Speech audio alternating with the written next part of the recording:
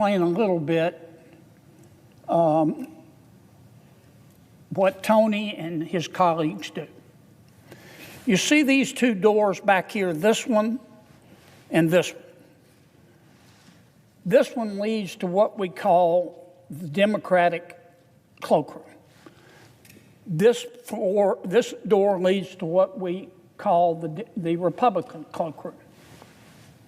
Now, that's where senators go to cuss and to tell each other lies. But it's not the only purpose of those. Supposedly we can go back there and relax, and when someone isn't around, and sometimes when they are around, make fun of people. But there are members of our staff who have desks back there. And not every member of our staff has a desk back there. Some are close by. What do? They make this place run. For one thing, they understand the rules, or claim to. No living human being, at least not in the United States Senate, with a beating heart understands the Senate rules. I'm not saying no one understands them. I'm just saying nobody in the Senate does. They say they do. They lie like fish swim. Because to understand, you don't only have to understand the rules, you've got to understand all the precedents. The first 6 months I got here, I said, I'm going to learn the rules. I'd read about Lyndon Johnson, who supposedly sat here and learned all the rules and outsmarted all his colleagues. I don't believe that. But anyway, he probably knew more than I did. God rest his soul. But after 6 months, here's what was my conclusion. I don't know if I can learn the rules and all the precedents, and by the time I do, they won't have changed. And someday I'm going to die, and I don't want on my tombstone, Kennedy understood the Senate rules. So I gave up. I quit. No mas. And so now when I want to understand the rules, I talk to a member of our staff like Tony or some of my colleagues. And so do most of my Senate colleagues on the Democratic side and the Republican side. Now, our staff could be lying to us because we don't know any better. They could make this stuff up, but I don't think they do. I've never seen Tony make it up. A couple of times I thought I'd caught him, but he turned out to be right. And that's important. But it's more than just understanding the rules. That's more than Tony's job and my colleagues' job, who are our advisors. It's more than just learning the rules. Because the rules look like they were designed by a heroin addict with a socket wrench. We don't know how to get things done. So we go to our advisors and say, tell me how to do this. And they're really good at that. Tony's really good at that. And I know sometimes the questions are so esoteric and so bizarre. I can tell from their eyes that they want to look at you and say, you're not the stupidest person I've ever met, but you better hope the stupidest person I've ever met doesn't die. But they never do that. They always say, okay, you can try it that way, but here's the downside of it. And with all due respect, there's a better way of doing it. And you might consider this. And frankly, our parliamentarian, I see her here, she does understand the rules, and she's pretty good at helping you too. Now, she's got lines she can't cross, but because she doesn't work for Senate, for Republicans or Democrats. But this is what Tony does and the other staff members. And they make this place run. They're not responsible for the fact that the Senate only works when everybody isn't crazy at the same time. And they're not responsible for the fact that sometimes it takes us weeks, months, even years to get nothing done. Doing nothing, it can be frustrating. Doing nothing is very hard because you never know when you're finished. But they make this place run. And we're going to miss Tony. Now, we make fun of Tony. It's all in good fun. We used to, there's a big mirror back in the cloakroom, I think it's an antique mirror, that's what they tell us. And sometimes we will, I've done it, but others I think have too. Sometimes we'll write little notes to the majority leader. We used to do it with Mitch, and now we do it sometimes with Thune, and sign it Tony. And of course, they all have a heart attack.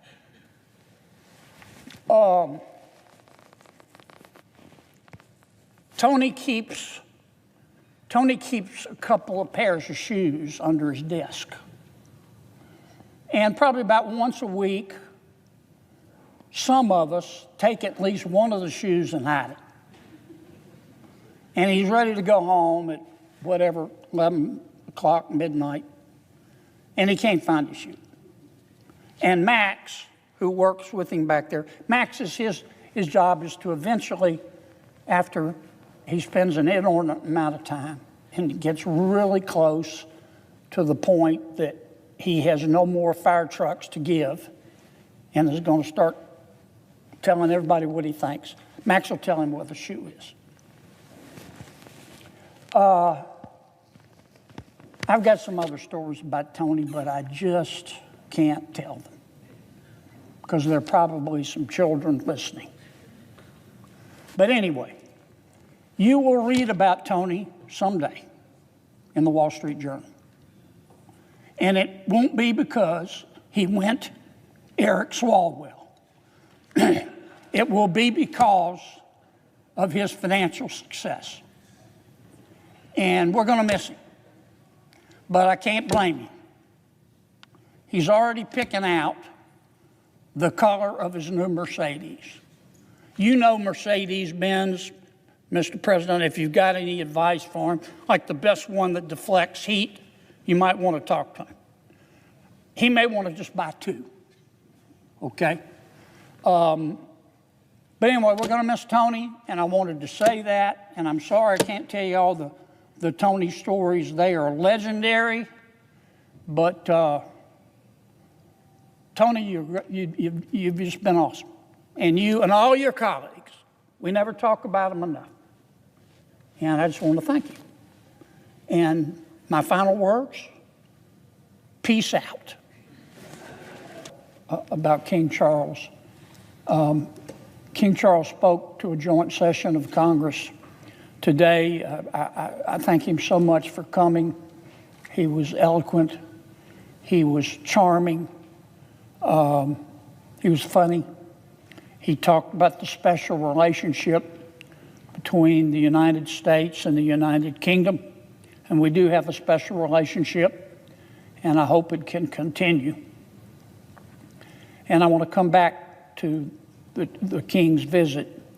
In preparation for the King's visit and the King's speech, I read an article in particular in The Economist magazine.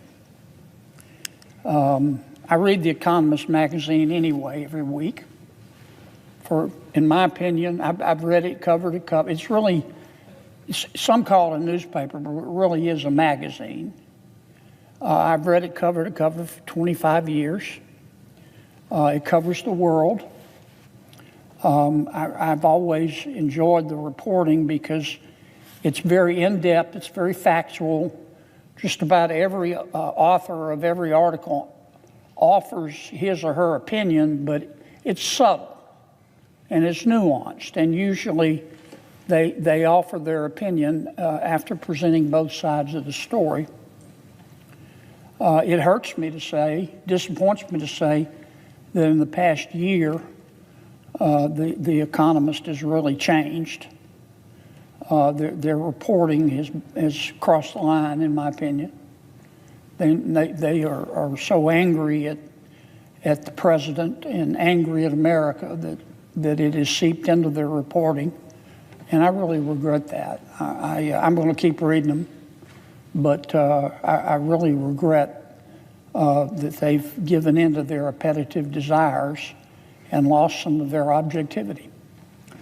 And the article in particular that I read it on the plane. I don't remember whether I was going home or coming up. But the article that I read in preparation for King Charles's visit was entitled, "Britain Rethinks Its Special Relationship with America." Britain rethinks its special relationship with America. And this was the question that The Economist was asking. Should Britain, the United Kingdom, with which we do have a special relationship, should the United Kingdom keep hugging America or embrace Europe? Like it was a buffet, like they have a choice. And in the article, it startled me.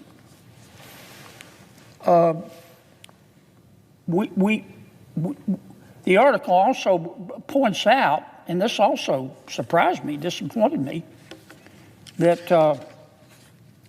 the author of the article pointed it out almost gleefully, that today, when you poll the American people and ask them if they approve of Britain, 76% of Americans approve. When you ask our friends in Britain if they approve of America, only 34% do. That one surprised me. I want to set the record straight that regardless of what the polls show, America does have a special relationship with the United Kingdom. And it's an important relationship. And that's why the American people spilled their blood and spent their treasure in 1917 to protect the British Empire. That's why the American people spent their treasure and spilled their blood in 1941 in World War II to protect the British Empire, which would not have won without America's help. After World War II, Great Britain, it was horrible. They were devastated. Flat on their back, broke. America, still, they were our friends, special friends. America lifted them up, bankrolled their reconstruction. We went in, loaned them money, helped them get back on their feet. And then shortly after World War II, we, of course, discovered that we meaning the United Kingdom and the United States, had a new enemy in the Soviet Union. We protected the United Kingdom all through the Cold War. I'm proud of that.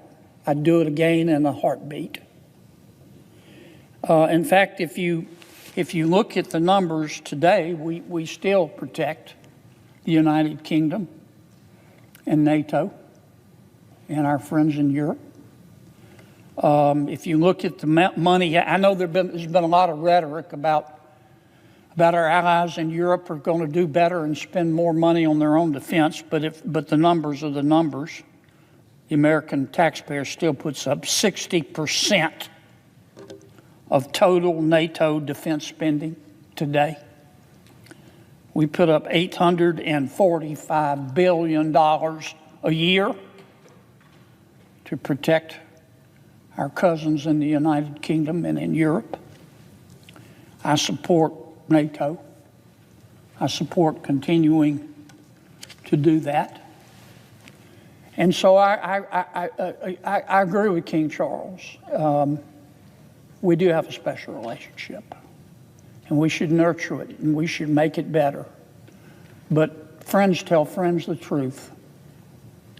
And to my friends in the United Kingdom, as we try to appreciate and reset our relationship, I would say to them gently and respectfully, the world's changed. You have to pay your own bills for a while.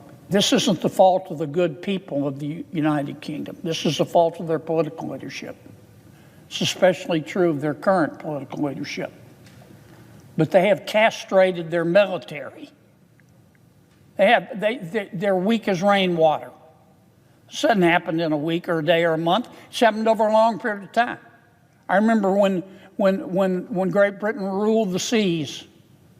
Now, when Iran fires a missile at their base in Cyprus, they can barely find one ship to send down there, and that ship barely made it. The political leadership in the United Kingdom is, I've watched it hollow out its industrial base. I've watched the political leadership in the United Kingdom spend all of their money on welfare. And you know what? It's their money. That's none of my business. If that's what they want to do on a democracy, Godspeed. But they've depended on the American taxpayer to defend them. And the political leadership, again, I say this gently, I don't want to do anything to take away from the King's speech. I say this gently and respectfully. It's time for the political leadership in the United Kingdom to embrace adulthood. And it's time for them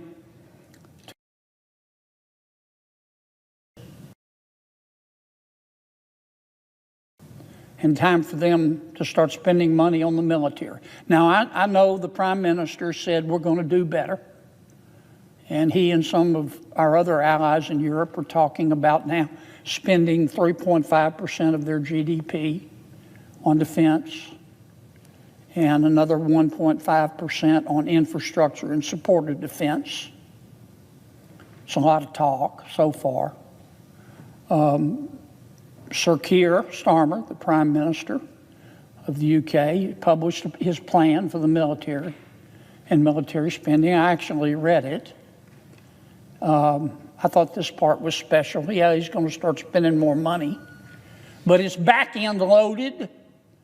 It's not going to happen. They're not going to really spend any serious money until 2030, and I can assure you that Sir Keir will not be around as Prime Minister of the United Kingdom in September or October or January of 2030. He's struggling now.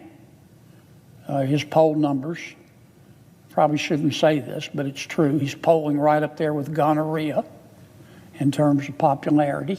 It's just a fact. So I do celebrate the special relationship that we have. And I do want us to be closer. But the political leadership in the United Kingdom has got to do its part. This is supposed to be a partnership. My final comment, the King, I think, is here the rest of the day, the King and the Queen. And, of course, even though it was a beautiful speech that King Charles gave, the real heavy lifting is done, as we all know, in private. The King is going to meet privately with President Trump, and they're going to talk about the world, and they're going to get down to the specifics of things we can do to help each other. And I don't know what the King is going to talk to the President about. I don't know if he's carrying messages from the political leadership in the United Kingdom. That's all above my pay grade.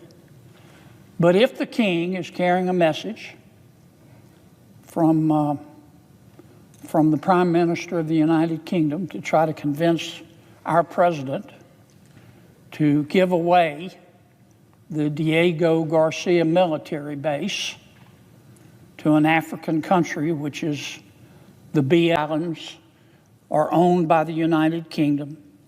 They're in the Indian Ocean. on one of the islands, we built a military base with the United Kingdom called Diego Garcia. And it's a really important military base for both countries. The Prime Minister of the United Kingdom has decided, because the United Nations has made him feel guilty about Britain's colonial past, the United Nations has told Prime Minister Starmer that he's got to give away this military base to the African country of Mauritius, even though Mauritius has never owned Diego Garcia or the Chagos Islands. They have no connection with it, none whatsoever. But because the Prime Minister has this white guilt because the United Kingdom and the good people of Great Britain once controlled other countries, they're supposed to feel guilty and give away our military base and their military base to Mauritius, who will promptly turn the keys over to China. It's one of the, it's I think I described it one time as bone deep, down to the marrow, stupid, and it is. And eventually, the Prime Minister talked the President into it, and then President Trump came, as he always does, he thought it through, and he said, no, I'm not doing that. And so they're still sawing on him and working on him, and I don't know if the King's going to bring it up. And certainly it's the King's right if it does, but I hope the President will stand firm and let's not give away this military base. Could I ask for order, Mr. President? Can I order in the chamber? I want to emphasize, Mr. President, that it is a resolution. It's not a bill. I also want to emphasize at the outset that it only applies to the Senate. It only applies to the United States Senate. And here's what my resolution would do. It would change Senate rules to provide that when we are in a shutdown, that senators cannot be paid, cannot receive their salaries. Their checks would be, think of it this way, Mr. President, locked in a vault. And once the shutdown is over, the senators could pick them up. Now, if I think everybody in the Congress knows what I'm about to say, may be a bit cynical, but it's true. If I were king for a day, I'm not, and I don't aspire to be, and I wanted to avoid shutdowns, I would do two things. I would provide that members of Congress can't be paid during a shutdown, and I would provide that members of Congress can't leave Washington, D.C. during a shutdown. Now, I can't pass the second part of that. So I'm going to try to pass the first part of that. This resolution, again, it's not a bill, is about shared sacrifice. And I'm not doing it to punish anybody. I'm not doing it to try to embarrass anybody. I recognize that there are varying degrees of wealth among United States senators and their ability to go without a paycheck. I know and like every member of this body. And every member of this body has grown, who has a substantial amount of wealth, has achieved that wealth through their own hard work. And most, if not all of them, started with nothing. And you know what I say? God bless them. More power to them. That's America. So I want to put that up front because I'm sure that some are going to point out that some of our members are wealthier than others. And it's true. I mean, not to single anybody out, but I've seen Senator Rick Scott's house. It's bigger than a Costco, okay? More power to him. He earned that. I've seen Senator Mark Warner's house. It's bigger than a Target. More power to him. He earned that money. He started from nothing. So did Rick. But this bill isn't about that. It's about shared sacrifice and sending a message. We've got about 1 squillion employees at the Department of Homeland Security that aren't being paid. And there is no prospect of them being paid. Before I yield to my colleague, Senator Moreno, I want to point this out. I said it yesterday, but I'm going to say it again. The party line among us is that we're that close to reaching a deal, to which I respond, a deal to get government back open, to which I respond respectfully, dream weaver, okay? I don't believe it. I hope I'm wrong. I know Mr. Holman is now involved. He's good, but he can't work miracles. I do not believe, because of the faction of my friend's parties, my Democratic friend's party that is in control, that my Democratic colleagues can vote for anything that could be interpreted as helping ICE. I just think that's political and policy reality. This is America. They're entitled to their opinion. What I think we should do, as I said yesterday, and Senator Cruz has talked about this eloquently, I want to give him full credit.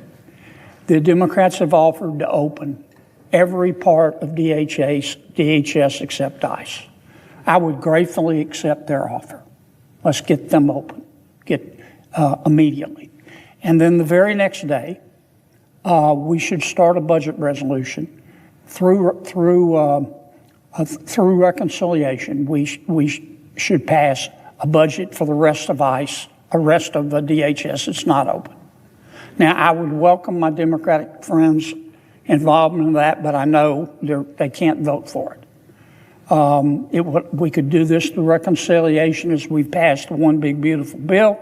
We've got 2 more shots under the rules of reconciliation. It would easily be sustained in a bird bath.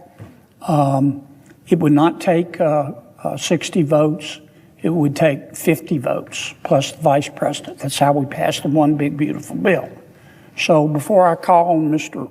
Moreno and return to the subject, I really think we ought to surprise ourselves, Mr. President, and do something intelligent if we really want to get this government back open. We could have it open within a week.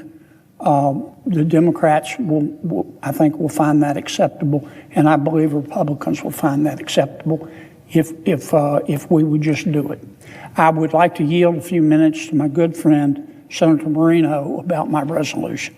Here's my question. What does a signal of saying, no, we insist on getting paid 3-4 times what the average American makes. We're not willing to sacrifice anything because maybe we're special. Is that the message that's sent? Yield back. Here, Mr. President, and my good friend Senator Moreno, is the message that it will send if we do not pass this resolution. If it weren't for double standards, we wouldn't have any standards at all. If it weren't for double standards, we wouldn't have any standards at all. Now, the American people see what's going on. As I've said before, not every American reads Aristotle every day. They're too busy earning a living. They're too busy getting up, going to work, obeying the law, trying to do the right thing by their kids. As usual, Senator Moreno makes very salient points. He's aware, as am I, that once again, this is a resolution that just affects the Senate. It doesn't affect the House. Senator Moreno is well aware, as am I, and every member of this body, that this is a bipartisan resolution. To change the Senate rules, I had to go to the Rules Committee.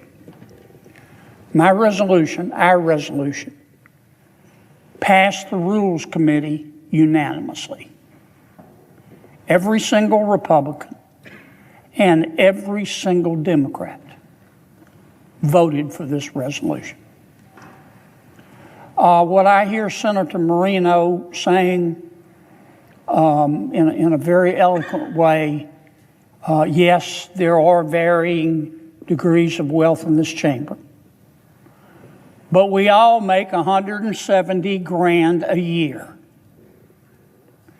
And that's a fortune for most Americans. I'm not saying that senators don't earn that. This bill's not meant to punish anybody. I know some senators who work so hard that $170,000 a year is probably equivalent to about $11 an hour.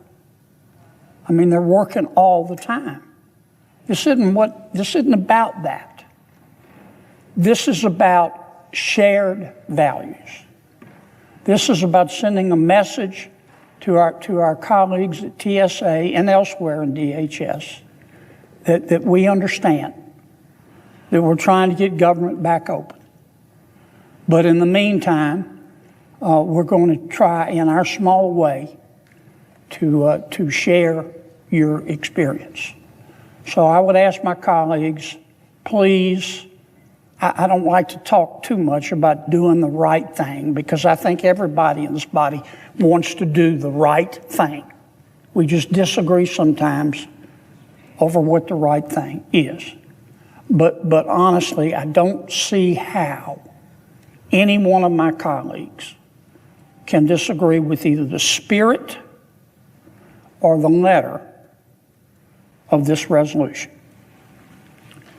So, Mr. President, as if in legislative session, and notwithstanding Rule 22, I ask unanimous consent the Senate proceed to the consideration of calendar number 296, SRES 526, which Senator Moreno and I have just talked about.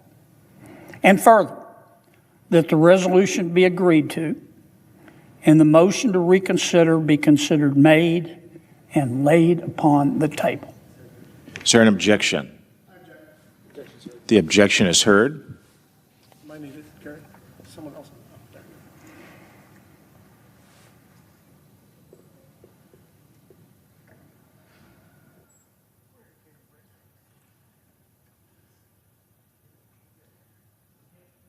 With respect, I want to give my colleague, Senator Schatz, more time. As he objected and left the chamber, is he coming back?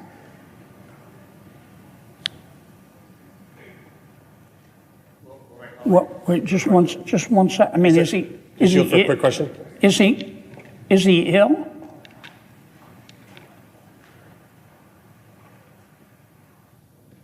What should I do, Mr. President? Should I give him more time or? Mr. President, point of order. Is it appropriate for someone not to be recognized to just say, I object and run out? The senator's not been recognized. The senator had the floor, the senator from Louisiana, who's made a proposal, and then I heard some noise in the background, and that was it. But I never heard a senator being recognized, so it sounds to me that no one has been recognized to object. What? Could we get a ruling, Mr. President? I don't want to be unfair to anybody. My Democratic colleagues, I told them ahead of time I'm An making. objection was raised and an objection was heard. So should we give Senator Schatz more time to come back, or?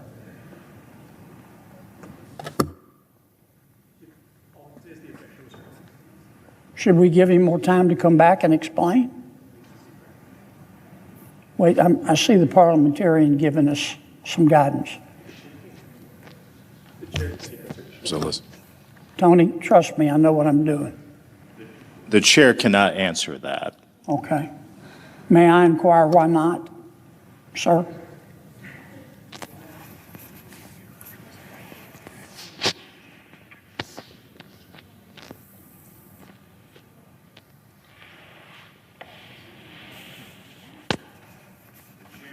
Not opine on why a senator is in the chamber or not in the chamber. Can you opine on why my colleague objected and then immediately left, and whether he's coming back? Not an appropriate parliamentary inquiry. Mr. President, my parliamentary inquiry is a bit different than that.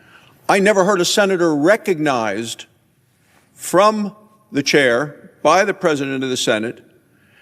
The President of the Senate, you had the senator from Louisiana had the floor. The presiding officer said, "Is there objection?" At which time, routinely, someone seeks recognition on the floor. And the objection was heard. The senator does not need the floor to. The senator does not need the floor to object. So I just want to be sure, Mr. President, I'm not trying to put you on the spot, but I see our parliamentarians here and they can give you able advice. Does that mean I can object to anything at any time without being recognized? That's correct. I don't even have to get the floor. Does not need the floor. The senator does not need the floor to object to So a I can unanimous walk consent. in the middle of a debate without the floor, right back here in front of God and country, and say, I object, and it shuts things down? I don't understand that. If there is a unanimous consent request pending, any senator in the chamber can object, Including the chair. including the chair. Without having the floor. That's correct. That's correct. And again, with respect, Mr. President, is your ruling that Senator Schatz, who is my friend, I talked to him before I was coming down, he did not have the floor, but he can still object? The objection was raised and the objection was heard. But did he have the floor? The objection was properly lodged. The objection was heard. Yes, sir. Not to put too fine a point on it, but did he have the floor? Because The senator did not need the floor. He raised an objection and the objection was heard And sustained. and sustained. Senator Marino, did you want to say something? I saw you raising your hand. Mr. President, The senator from Ohio. I just wanted to clarify where we are right now, because I think we may have brushed through it. So my question to you, to my colleague from Louisiana, is this doesn't remove money from senators.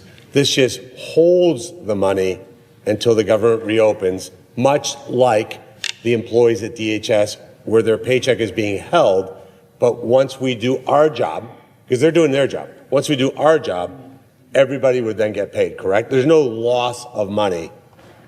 And so that seems to me, would you agree that that's like a bare minimum standard? Because any of us can go to the clerk of the Senate and say, hey, hold my check until this government opens. What your resolution is saying is that all of us should do that, correct? Senator, I think you're right. And, you know, you started out, your comments were saying, well, where are we? I think we're on Pluto.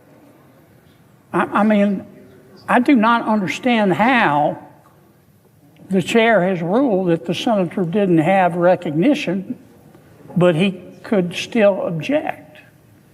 And I don't understand how that is possible.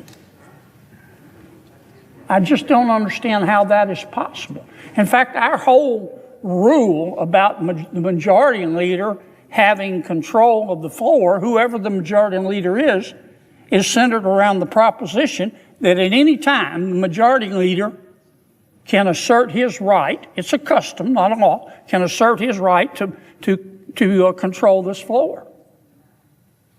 And that shuts down my recognition, but he's got to get recognition. He just can't come in here and say, stop talking, I'm the majority leader. And I don't understand how a senator can object. I don't understand how a senator can do anything in this body without achieving recognition.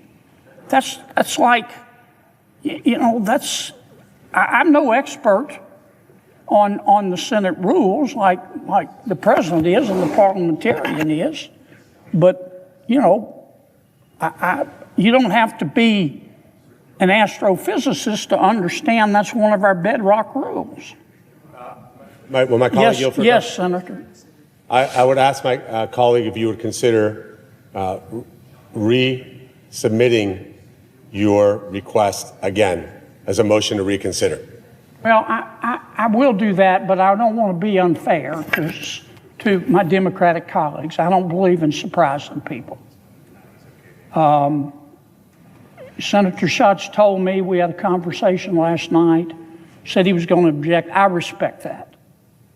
And if he has left the building, I don't want to go behind his back. So I don't want to do that unless you can communicate with him. Is he still here? Mr. President, do we know if Senator Schatz is still here? Because I would like to urge reconsideration, but I don't want to blindside him. Who should I ask that to? Tuck? Tuck says, don't bring me into this. Gary? I mean, I would like to urge reconsideration, but I'm not going to do it and blindside Brian.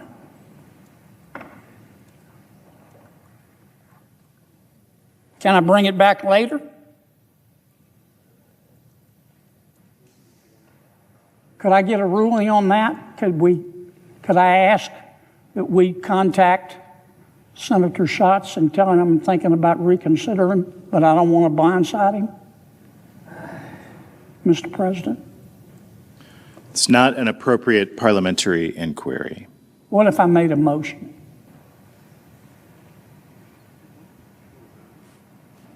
Could I move that we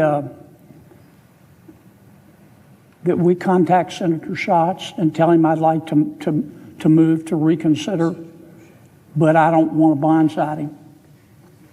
There is no such motion. I just made it up. You're telling me I can't do that under the rules? Why not? I don't get it. I mean, I could move to reconsider and blindside him, but I don't want to do that. So why can't I move to reconsider subject to us waiting for Brian to get back so he has a full opportunity to be heard?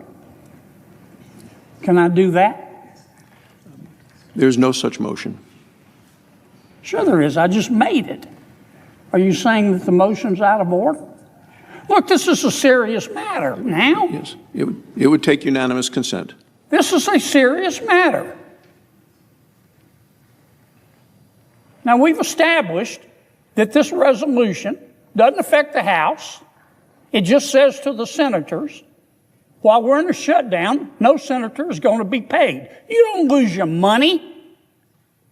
You pick it up after it's over, after the shutdown's lifted. We've established the fact, Mr. President, that this went through the Rules Committee unanimously. Did I mention it went through unanimously? That every single Democrat and every single Republican said, yes, Kennedy, let's do this. Mr. President, we've established that even though there are varying degrees of wealth among members of the Senate, and I say that's great, every single senator makes at least $170,000 here. They're not going to lose a penny. Not one single solitary penny. Once the shutdown is over, they get their money. We've established that. We've established that there are 260,000, not 2,600, not 26,000, 260,000 of our colleagues working in the Department of Health and hospitals that are not being paid. And a lot of these people do not have immense wealth. But they're not being paid because of our conduct. And I think we've established that this is a chance to show in a little bitty way, a minor way, a baby step, that we're going to share their sacrifice.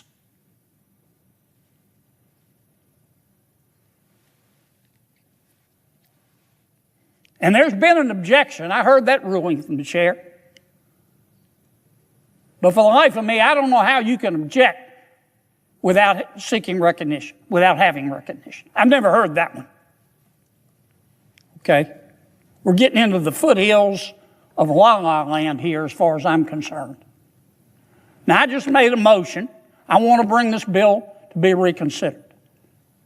And all I'm asking, I don't want to blindside my friend Senator Schatz. I don't play that way. I want to give him full opportunity. All I'm asking is that somebody call Senator Schatz and let him know that I'm going to move to reconsider, and I don't want to do it behind his back. That's all I'm asking. So I'll make that motion. Is there an objection?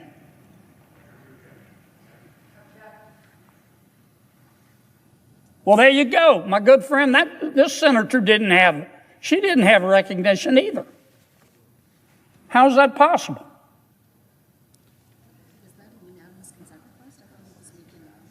All right, I'm coming back, Mr. President.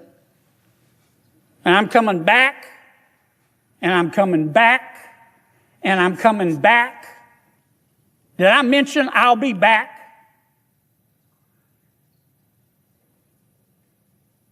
And if a member of this body disagrees with what I'm doing, then by God, they ought to come down here and stand up in front of the United States Senate and stand up in front of the American people and stand up in front of God and stand up in front of country and stand up in front of all these people, these good people that aren't being paid, and say, here's why.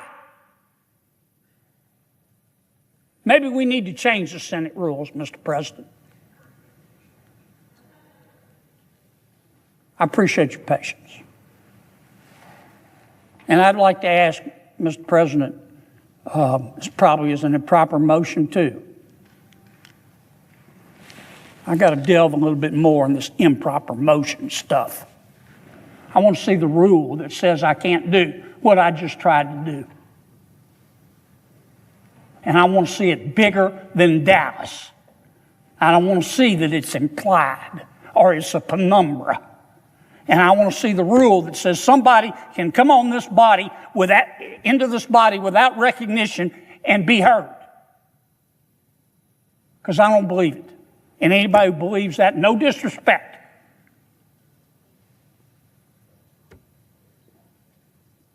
shouldn't be driving. Thank you, Mr. President. About getting the money out on the streets, literally. See, I'm looking at your budget here. Your current budget is $12.5 billion. You're asking for $14.2 billion. Does that sound about right? Yeah. That's a 14% increase. You want an extra $1.7 billion. Yeah. Okay. Explain to me why the American people would be better off giving you $1.7 billion than taking that $1.7 billion and spending it on infrastructure. I did a little math, and for $1.7 billion, we can resurface a 4-lane highway from Washington to Denver. So why are the American people better off giving you more money than putting it on infrastructure? Well, thank you very much, Senator, and thank you for the question. It's a great question, and I think the way I would think about it is the $1.7 billion increase to the budget, my budget, is an investment in infrastructure as well. It's an infrastructure. It's what? I'm sorry? Infrastructure investment as well. It's an infrastructure investment in the American worker in this country. It's an opportunity for us to look at, as I think about the Department of Labor. Well, do you believe excuse me if I interrupted, I'm sorry, Mr. Secretary, we don't have much time. Do you believe that every expenditure by the federal government is an investment? What's the difference between an investment and an expenditure? An investment is an investment in the future of workers. An expenditure is an expenditure in building a bridge. Okay. Well, if you have a union background, which I respect and admire, if we took $1.7 billion that you say you need more to run your department, and we spent that on infrastructure, that's going to create a lot of union jobs, isn't it? It's going to create a lot of jobs, but we're also not going to be able to educate the workforce that needs those new jobs that are going to be created off of that infrastructure investment of new bridges. But they're already educated. The people building the roads are already educated. They're good at what they do. Well, Senator Reid just mentioned of an issue around literacy in this country. So again, it's an investment in helping people to be able to be retrained and trained in the jobs of the future. I come out of construction. I worked construction as well. The construction industry that I worked on in the early 90s and late 90s is different than the construction industry of today. Yes, sir. Let me stop you for a second. I don't want to get too far afield here into a history of the construction industry. I used to work construction too. Let me be sure I understand what you're saying. When my constituents call me and they say, look, you're being asked to raise taxes to pay for infrastructure. Why, instead of putting $1.7 billion in extra taxes on us, why'd you give $1.7 billion to the Department of Labor? Why didn't you use that for infrastructure? Am I just supposed to say because the Department of Labor says they're going to make an investment? What metrics are you going to use this time next year to be able to prove to this Congress that your investment paid off better than $1.7 billion in infrastructure? Well, before I answer that, let me just quickly go back to the tax question. I think the beauty for your constituents is that the infrastructure bills that's being negotiated right now does not raise taxes on the average American who earns under $400,000. So the average American is not paying for that. That's not true. Okay, well, that's not why I'm here We just have to today. agree to disagree. Let me move on because I've got 1 minute left and I like to stay within my time. Does your agency conduct surveys? As far as employee surveys? Any surveys? We do, yes. Okay. Do you pay people? Pay the people to do the surveys? No, to take the survey. I actually don't know the answer to that. Well, here's what I'm asking. I'm not. I don't know. I don't know the answer I to need that. your help finding something out. One of my constituents got this in the mail. It's a letter. I know it's not under your jurisdiction from the Census Bureau, and they asked him to fill out a form on children's health. And he opened it up, and look what fell out: a $5 bill. And there's no reference in the letter to the $5 in cash he got from the federal government. What's this all about? I have no idea. Can you help me find out? I will help you find out. I didn't get one of those letters. Well, I filled out my census, my survey. I want $5. And I understand that the Biden administration is also sending people $40 gift cards. I doubt that's from the Biden administration, but I will look into it. I looked it up. It's on the internet. It must be true. I will look into it with you, my friend. Would you? I promise. Thank you, Mr. Secretary. All right, sir. Senator Shaheen. Well, thank you, ma'am. Senator from Louisiana. Thank you, Mr. President.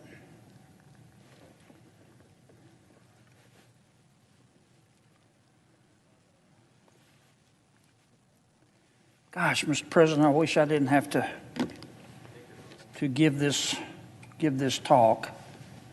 I think it's a bipartisan observation that unfortunately Americans are paying a lot more for just about everything. I asked my staff to put together some inflation numbers, and they're just breathtaking.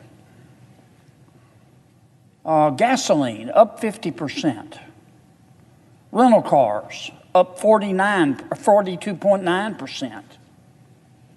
You need a used car or truck, they're up 26%. A turkey, 20.2%. Bacon, 20.2%. Beef, 20.1%. Pork chops, 15.9%. Bedroom furniture, 12% higher than last year. Eggs, 11.6% up. Televisions, up 10%. Frozen fruits and vegetables, up 7.5%. Chicken, up 8.8%. Shoes, up 8%. Baby food, up 8%. Children's clothes, up 7.6%, and I could keep going. Unbelievable. Now, Mr. President, I believe in calling them like I see them. I think most fair-minded Americans know that President Biden is responsible for this inflation. You don't have to be Einstein's cousin to figure that out.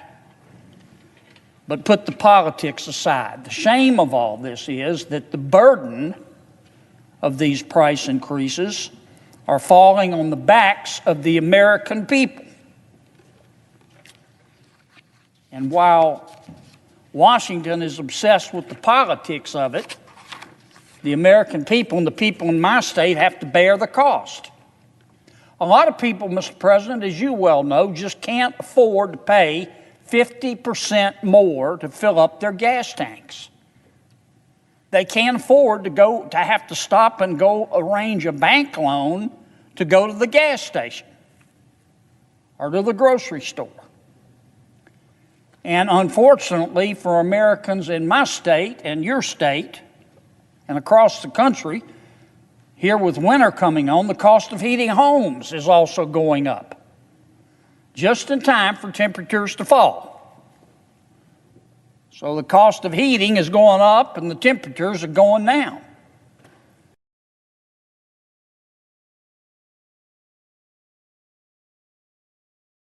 A lot of families are going to have to shell out up to 30% more for natural gas than they did this past year. Ask them if their income went up 30%.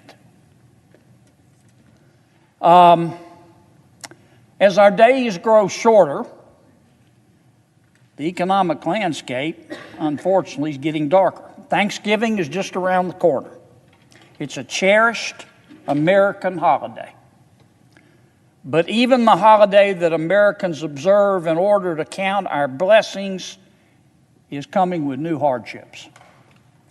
According to the New York Times, Mr. President, Thanksgiving 2021, and I quote, could be the most expensive meal in the history of the holiday.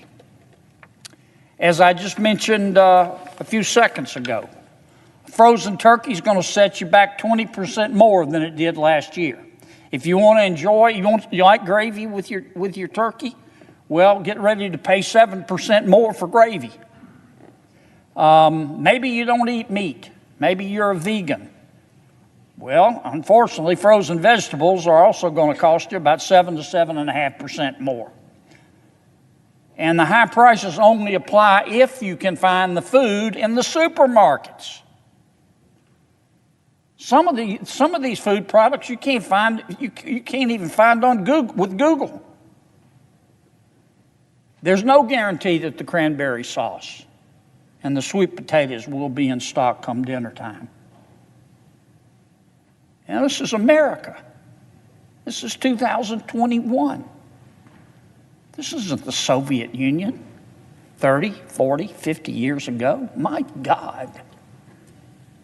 Washington ought to hide its head in a bag. Now, the official general inflation rate is 6.2% higher than it was last October. And that happens to be the largest increase in over 30 years.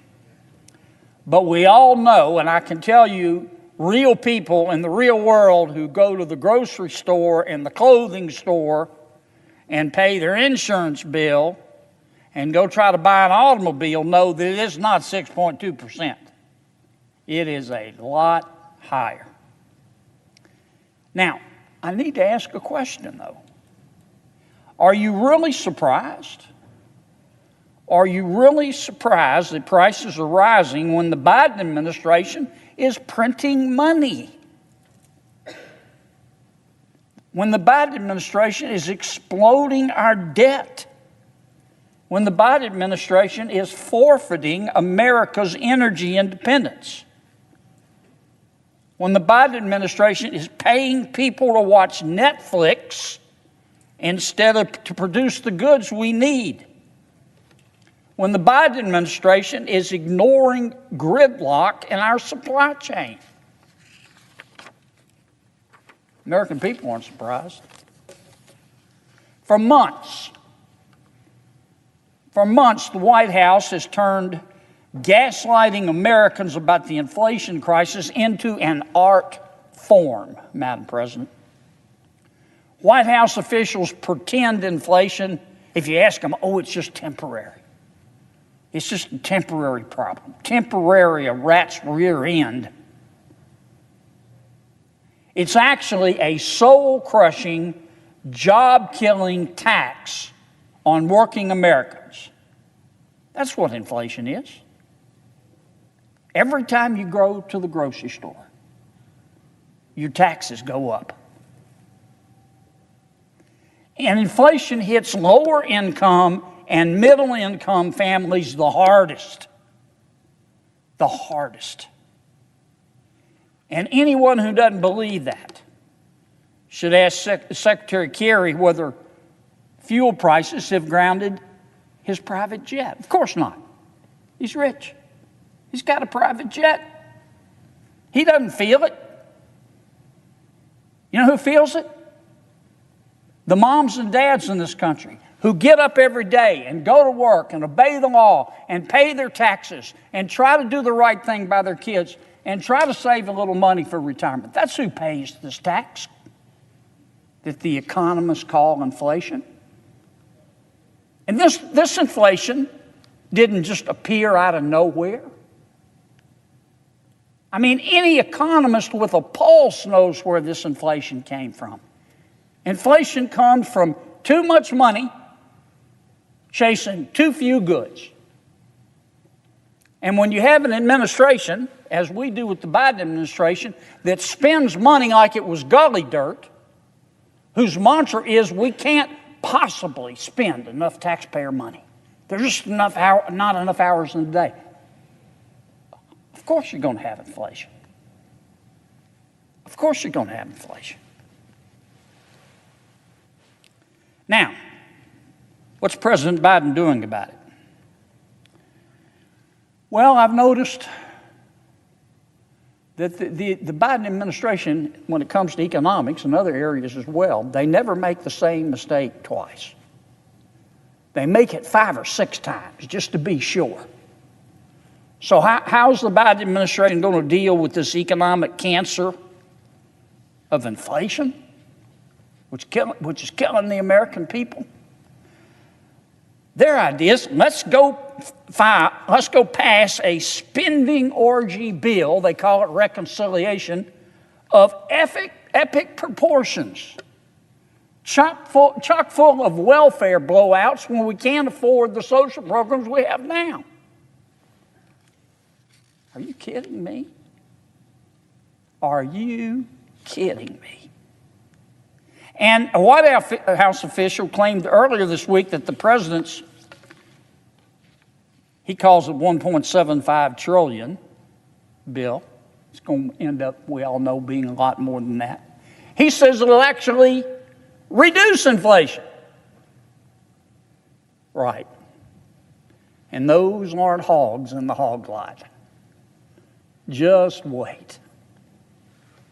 The fact is, and unless you were in the quad playing Frisbee during Econ 101, you know this is the truth. The fact is that massive government spending has kept workers on the sidelines and has fueled inflation.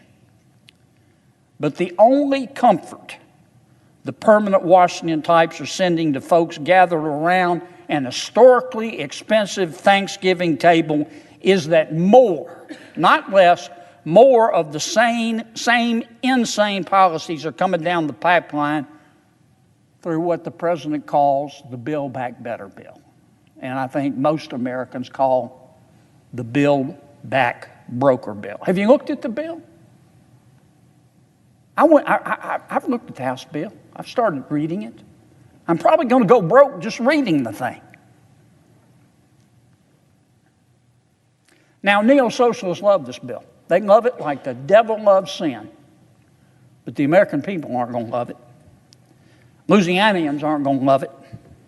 Louisianians love their families. And they just want to provide for them, especially at Thanksgiving and at Christmas. And they can't do it with inflation raging. This Thanksgiving, what most Americans need the most is relief. Not just relief from inflation, but relief from bad leadership. Now, I want my friends in the Biden White House to know that I am genuinely interested in working with them to solve America's inflation problem. But you're not going to do it by spending more money. You're not going to do it by throwing gasoline on the fire. The first rule is to do no harm. Do no harm. And by that I mean that my Democratic friends should stop trying to ram this multi-trillion-dollar tax and spend bill through Congress. And they should stop it for two reasons. Americans don't want it, and Americans can't afford it. So this Thanksgiving, Madam President, and I hope you have a good one, I hope my Democratic friends will give up on tying millstones around the neck of the American economy. I hope they will give up fueling inflation with another extremist spending orgy bill. And if they would do that, if they would just do that, Americans could sit down to eat next Thursday and give thanks that compassion and common sense have finally prevailed in Washington, D.C., where frankly on most issues, common sense is illegal. Madam President, I suggest the absence of a quorum. The clerk will call the roll. Ms. Baldwin. Thank you, Mr. Chairman. If you could indulge me, I'd like a couple extra minutes too. It's okay. Certainly. Counselor, did you really say that Justice Kavanaugh was a morally bankrupt person?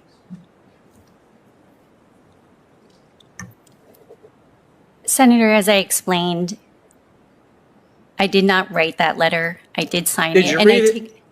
I read it quickly, yes. And you sir. signed it? Yes, sir.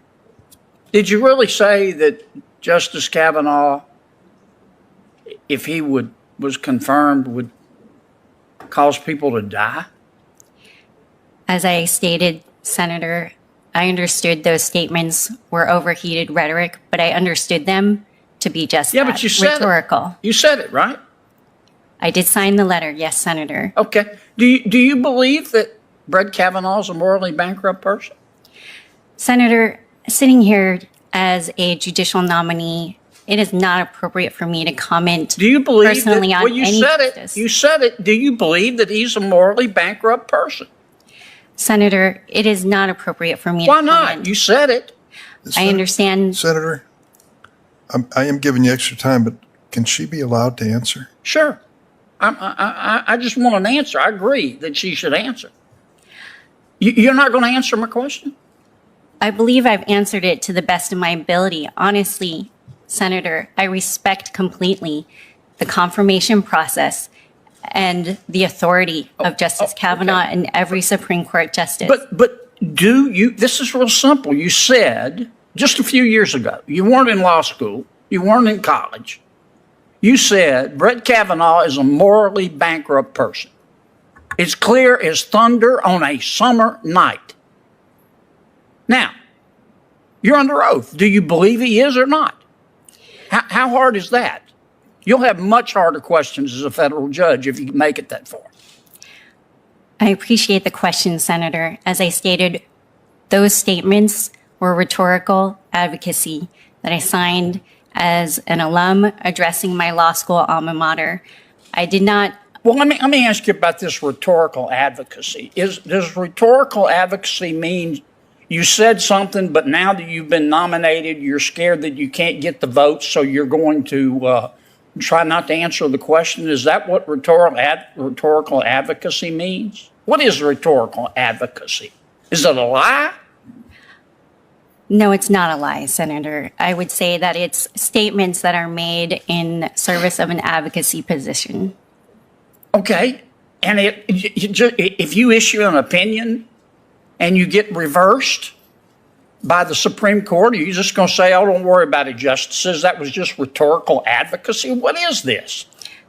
Absolutely not, Senator. If the court issues an opinion as a lower court judge, I would be absolutely bound to follow it. It is not merely rhetorical advocacy. It is the law of the land. Okay, let me try one more time. Do you believe that Brett Kavanaugh is a morally bankrupt person?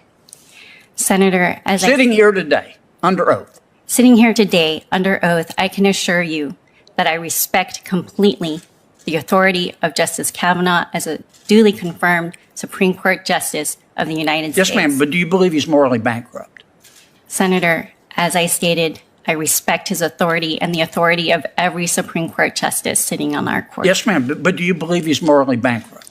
My personal opinion is not appropriate for me to say. I respect his authority as a Supreme Court So Justice. you think he is morally bankrupt? I did not say that, Senator. But you signed a letter saying he was morally bankrupt. Several years ago, as an alum addressing my law school alma mater, I did sign a letter that I believed was addressed only to my law school administration. Oh, you But didn't sitting think here it would today- be public?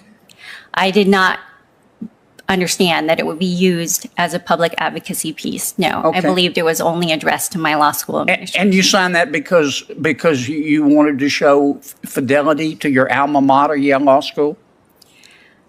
I signed it, Senator, at the time because I felt that it was an appropriate statement to make to my law school administration, notwithstanding the overheated rhetoric. But sitting here today as a judicial nominee, what I want to assure you is that as an advocate, as a litigator, as a neutral adjudicator, and as a judge, if confirmed, I would absolutely respect the authority of every Supreme Court justice and all of its precedents without reservation. See, I don't believe you. I think you allowed your political beliefs to cloud your judgment. And I think you said a few years ago what you said about Brett Kavanaugh, and I think you believe it. And I can't imagine what it's going to be like to be a litigant in front of you with that demonstration of lack of judicial temperament and judgment. How can a litigant possibly think that you're not going to act on personal beliefs if you were so intemperate to say something like this? Last question. Are you proud of the fact that Yale Law School has a quota system limiting the number of Asian Americans? Have you ever written a letter about that? Or does that not, where does that fit in your socioeconomic view of the world that you think everybody else should adopt and you will impose if you're in a position of power? Senator, I'm not aware of any policy like that, but what I can assure you is that I have a track record. You need to get out more. I have a track record as a neutral adjudicator. I have decided cases for nearly 5 years impartially by applying the law as set forth in our statutes, our Constitution, and our precedents. And I have applied that law impartially. I have ruled You're the only without person in the Milky Way who believes you're impartial. Mr. Chairman, I'm done, Mr. Chairman. Well, yes. Chairwoman. Dr. Fauci, I believe you have testified that you didn't give any money to the Wuhan lab to conduct gain of function research. Is that right? That is correct. How do you know they didn't lie to you? Excuse me, sir? How do you know they didn't lie to you and use the money for gain-of-function research anyway? Well, we've seen the results of the experiments that were done and that were published, and that the viruses that they studied are on public databases now. So none of that was gain of function. So How do you know they didn't do the research and not put it on their website? there's no way of guaranteeing that, but in our experience with grantees, including Chinese grantees, which we've had interactions with for a very long period of time, they're very competent, trustworthy scientists. I'm not talking about anything else in China. I'm talking about the scientists, that you would expect that they would abide by the conditions of the grant, which they've done for the years that we've had interactions. So you don't think the Chinese would lie to you? Well, when you say the Chinese are a rather broad group. I know the scientists that we've dealt with have been trustworthy. Mm-hmm. You think all the scientists have told the truth in terms of the origin of the Wuhan virus and not been influenced by the Communist Party of China, do you? I don't have enough insight into the Communist Party in China to know the interactions between them and the scientists, sir. Right. Why are we giving them money in the first place? Well, that's a very good question, and thank you for giving me the opportunity to answer it.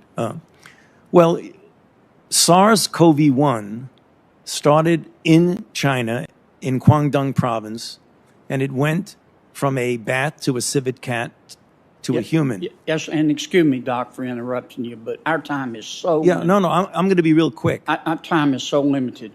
Why are we giving money to the labs in China to study virology? Well, I'm going to give you a rather succinct answer to that, sir. I appreciate that. And that's why I was saying the SARS-CoV-1, clearly the bats that have the viruses, that are the coronaviruses, are in China. As I said a couple of times, it's not in Fairfax County, Virginia, or is it in New York? It's in China. So if you want to show and study, importantly, the animal-human interface. Because that's where the bats are. Yeah, the bats. That's where the bats are. I want to be sure I understand your testimony. You didn't give money to the Wuhan lab to do gain-of-function research. That is correct. And you believe they didn't do gain-of-function research because they told you they didn't. We've seen the results of the studies that they conducted, and they were not including any private studies. Excuse me? Including? Any private studies. I'm not sure what you're getting at, sir. Here's what I'm getting at. You gave them money and you said, don't do gain-of-function research. Correct. And they said, we won't. Correct. And you have no way of knowing whether they did or not, except you trust them. Is that right? Well, we generally always trust the grantee to do what they say, and you look at the results. Have you ever had a grantee lie to you? I cannot guarantee that a grantee has not lied to us, because you never know. Yeah. Can we agree that if you took President Xi Jinping and turned him upside down and shook him, the World Health Organization would fall out of his pocket? I don't think I can answer that question, sir. I'm sorry. Well, do you think that the President Xi Jinping has undue influence over the World Health Organization, do you? I have no way of knowing the influence of the president of China over the WHO. Okay, so you think the WHO is a completely independent body, level playing field, call it like you see it, and they really want to get to the bottom of the origin of the virus. Do you believe that? My interaction with the WHO and for Dr. Tedros, the Director General, has been one that I do believe he's a person of high degree of integrity. I want to ask one last question. Why did you guys study? But that has nothing to do with the National Institutes of Health. So they didn't consult with y'all? They did not. Did they consult with you, Dr. Collins? I read about it in the press this morning. Doc? They just spiked it without talking to their experts? You don't want to answer that one, do you? Mr. President, I want to give you a name. Tony Hannity. As we all know, not necessarily everybody outside this chamber, Tony is a senior floor assistant. Now, I'll come back to what that means in a second. Tony is leaving us for the private sector. Under the ethics rules, he can't tell us where he's going. I think it's a startup, but I'm not sure. I think part of his job responsibilities, not exclusive, because I don't know, because he can't talk about it, will be, quote, congressional relations. I have strongly encouraged him to ask the startup to define very carefully what they mean by congressional relations in light of what's been going on around here. Though we kid him a lot, I'll come back to that too. Tony's very, very smart. He's a graduate of William and Mary.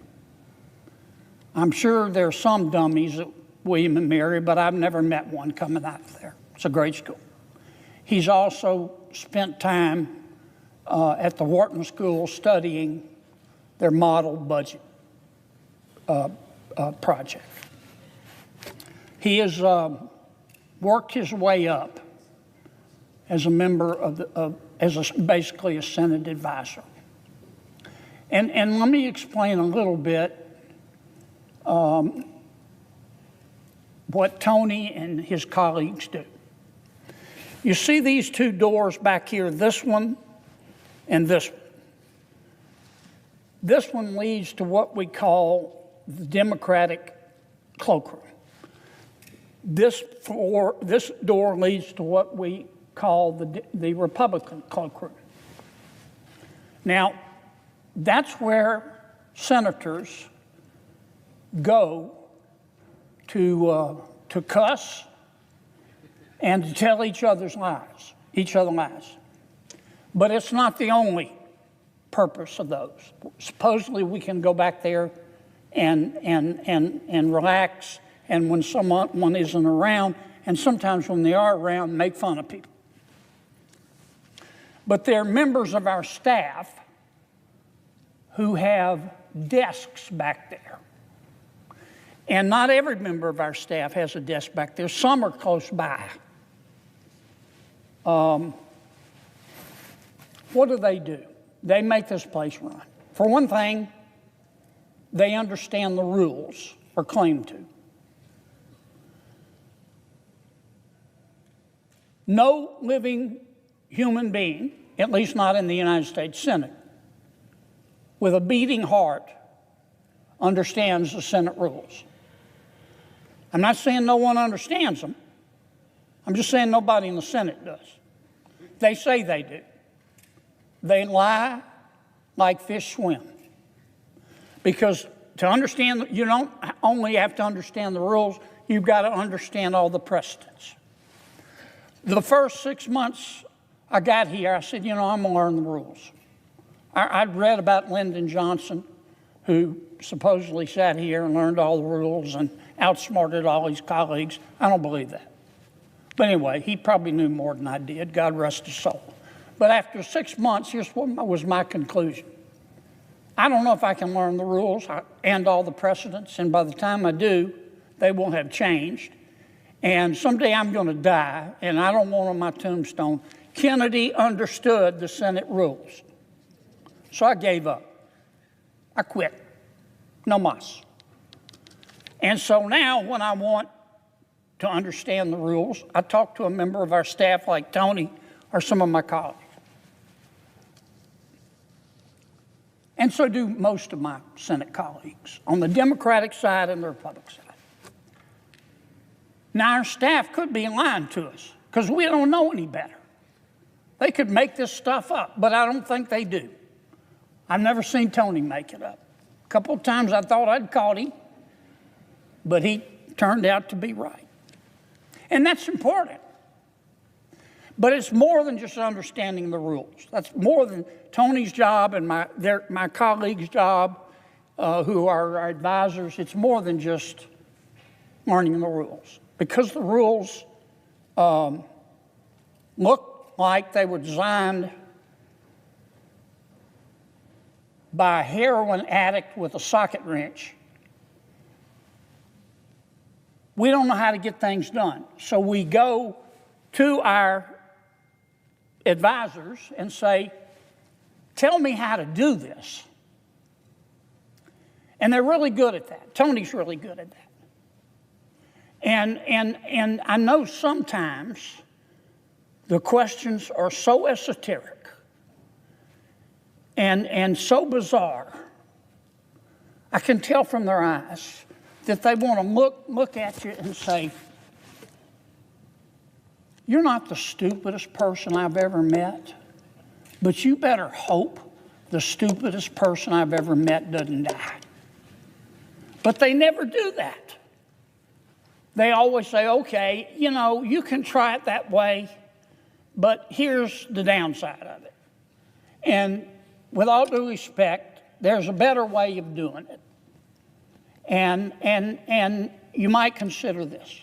And frankly, I mean, our parliamentarian, I see her here, she does understand the rules, and she's pretty good at helping you too. Now, she's got lines she can't cross, but because she doesn't work for Senate, for Republicans or Democrats, but this is what Tony does and the other staff members.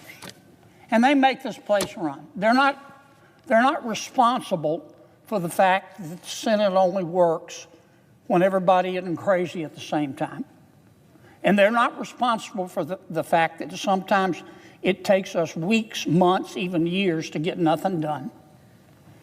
Doing nothing, it can be frustrating. Doing nothing is very hard because you never know when you're finished. But they make this place run. And we're going to miss Tony. Now, we make fun of Tony. It's all in good fun. We used to, there's a big mirror back in the cloakroom, I think it's an antique mirror, that's what they tell us. And sometimes I've done it, but others I think have too. Sometimes we'll write little notes to the majority leader. We used to do it with Mitch, and now we do it sometimes with Thune, and sign it Tony. And of course, they all have a heart attack.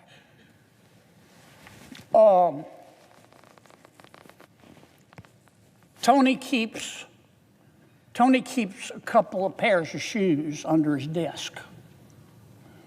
And probably about once a week, some of us take at least one of the shoes and hide it. And he's ready to go home at whatever, 11 o'clock, midnight, and he can't find his shoe. And Max, who works with him back there, Max is his job is to eventually, after he spends an inordinate amount of time and gets really close to the point that he has no more fire trucks to give and is going to start telling everybody what he thinks, Max will tell him where the shoe is. I've got some other stories about Tony, but I just can't tell them because there are probably some children listening. But anyway, you will read about Tony someday in the Wall Street Journal. And it won't be because he went Eric Swalwell. It will be because of his financial success. And we're going to miss him.